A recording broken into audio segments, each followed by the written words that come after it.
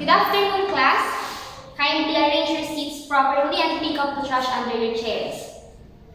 Okay, let us notice the hint that we have on the board right now. Second is first, first is second, dividend is first, divisor is second. Using the hint, you should answer this activity.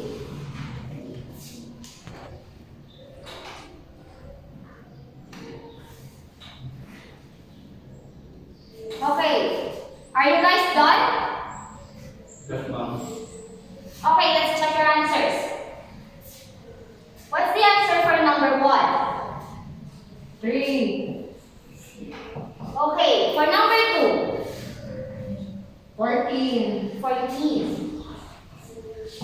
For number 3? 11, 11. For number 4? Yes, Ariane? 100, Next. Yes, Kayla? 2, 2. Number 6. Okay, Ariane again. 8, Number 7. 23, Again? Ma'am. 30, Yes, Baste. 13. 13. Number 8. What's the answer for number 8? Yes, Ariane. 36, 36. Number 9. 2, Kaya. 2, For number 10. What's the answer for number 10? 7, 7. Number 11. Who knows the answer? Please raise your hands. No one? Okay, the answer is 9. Number 12. Yes, Kayla. 5, For number 13. Ma'am. 20. Number 14. 3, Yes. And lastly, for number 15. Yes, Ariane. 54, Okay. What have you noticed in the activity? Okay. Yes, we found the answers by dividing the two numbers, following the hint that we have right here. Second is first, first is second, dividend is first, divisor is second. Which gives us the conclusion that we should divide 9 by 3, 56 by 4, 121 by 11, and so on and so forth. That way, we found the answers. Now, what do you call the numbers which are the result of that we did, division? It is called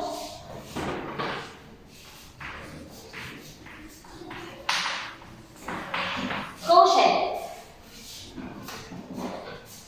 But in this activity, all the answers that we got are called ratio. Ratio is a relationship between two quantities normally expressed as the quotient of one by the other.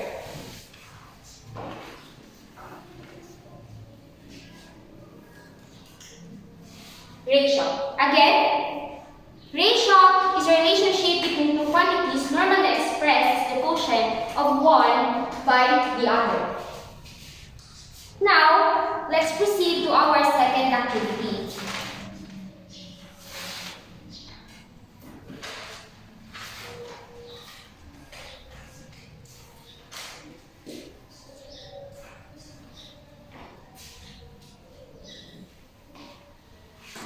Divide and descend. For this activity, the row 1 will answer number 1, row 2 will answer answer number 2, and row 3 will answer number 3. Okay, class. Are you guys done? Okay, let's check your answers.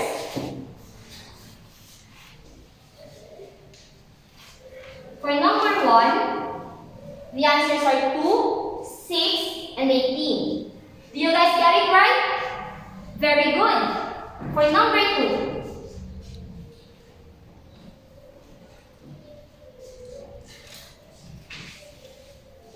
the answers are 2, 4, 8, and 16.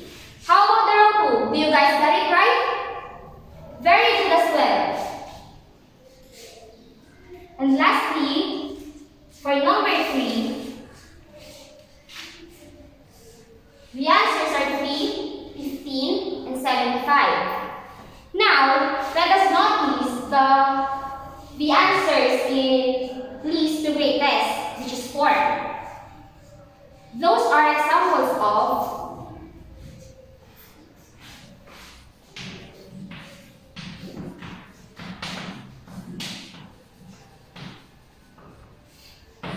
geometric sequence. Now, to further our understanding about geometric sequence, let us study this table.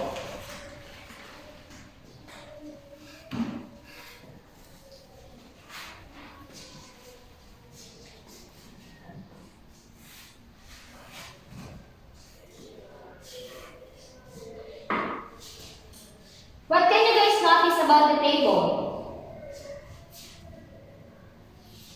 Anyone? Okay. We can notice that a certain number of bacteria increases as the time goes by. For example, for the number of hours 1, we have 1,000 bacteria. On the second hour, the number of bacteria doubled. On the third, it doubled again, and so on and so forth. It just shows that the number of bacteria consistently increases and doubles for every hour.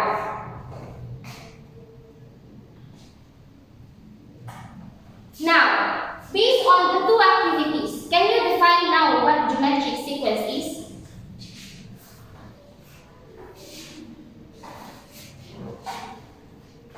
Anyone?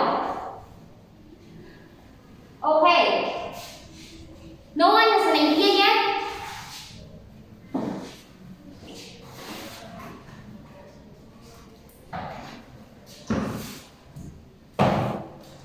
Let us find out now.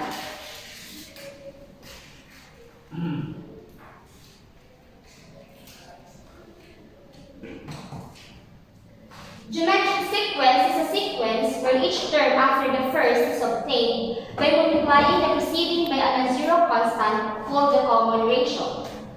Just like what we have here in the example.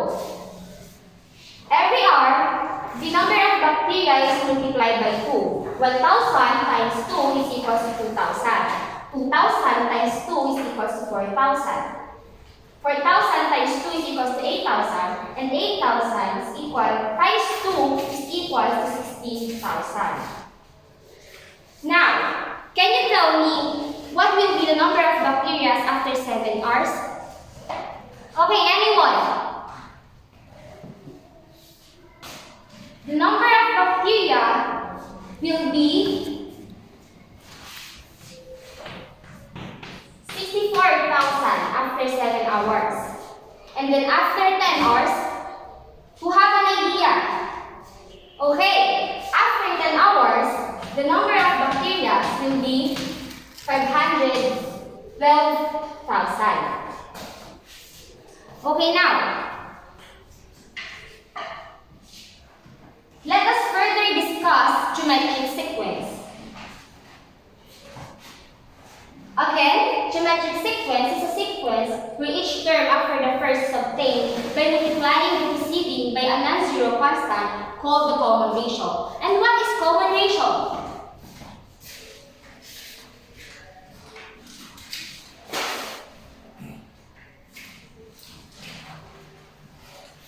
Common ratio is a constant multiplied with each term of a geometric sequence to obtain the next term of the sequence. Now, just like in this activity, the common ratio that we have is Because for every hour, we multiply the number of bacteria by 2. 1,000 times 2 is equals to 2,000. 2,000 times 2 is equals to 4,000. That is also the method we use to get the answer after 7 hours and 10 hours. Okay, how do we get the common ratio?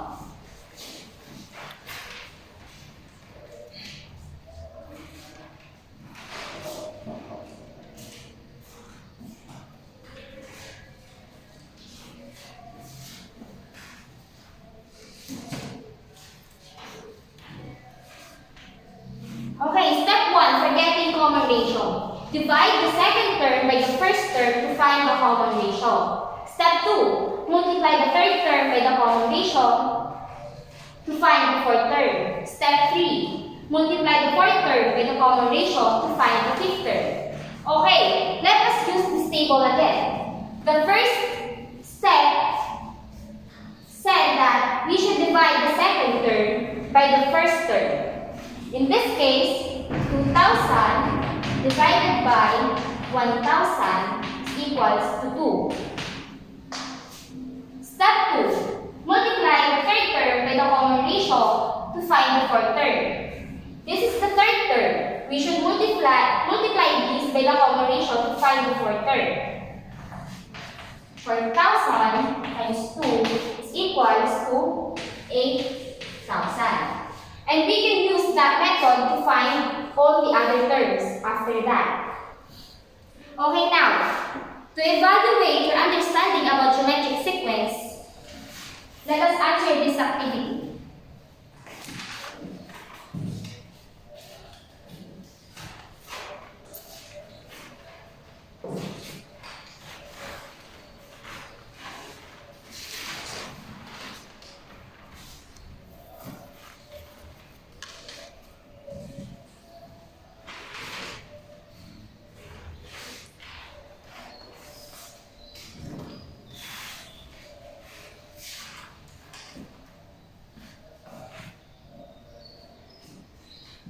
Okay guys, answer the activity now.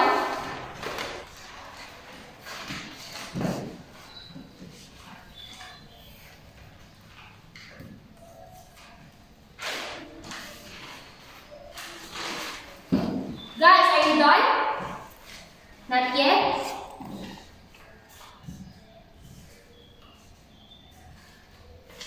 Okay guys, let's answer your activities now. For number 1,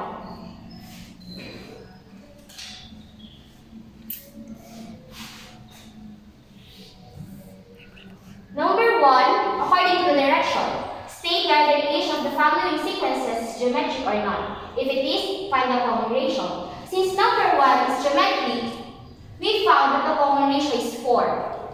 Next, for number 2, is it geometric or not?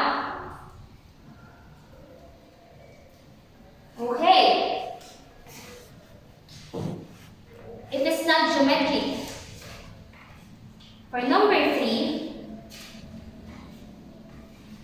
it is geometric and the common ratio is -2.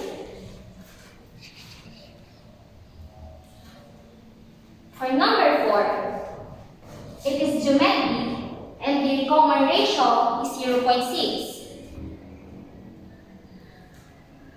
For number 5, what do you guys think? Is it geometric or not? Yes, it is not geometric. Number 6, is it geometric or not? Geometric, and the common ratio is +4. For number 7, is it geometric or not? It is geometric. Very good. And the common ratio is 1/2. For number 8, it is not geometric. Just like number 9. And lastly, for number 10,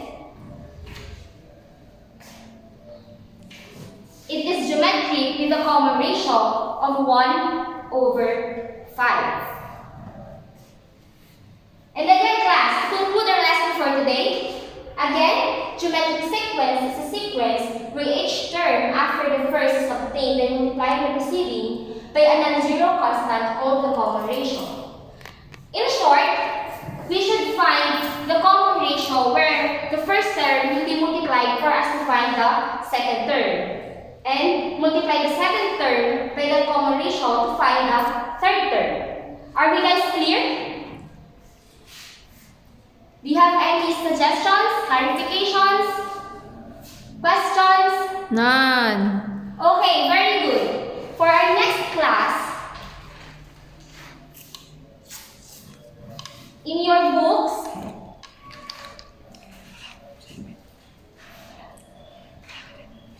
go to page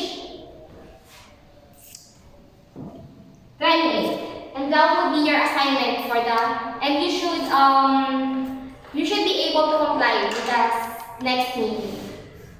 That would be all for today. Thank you.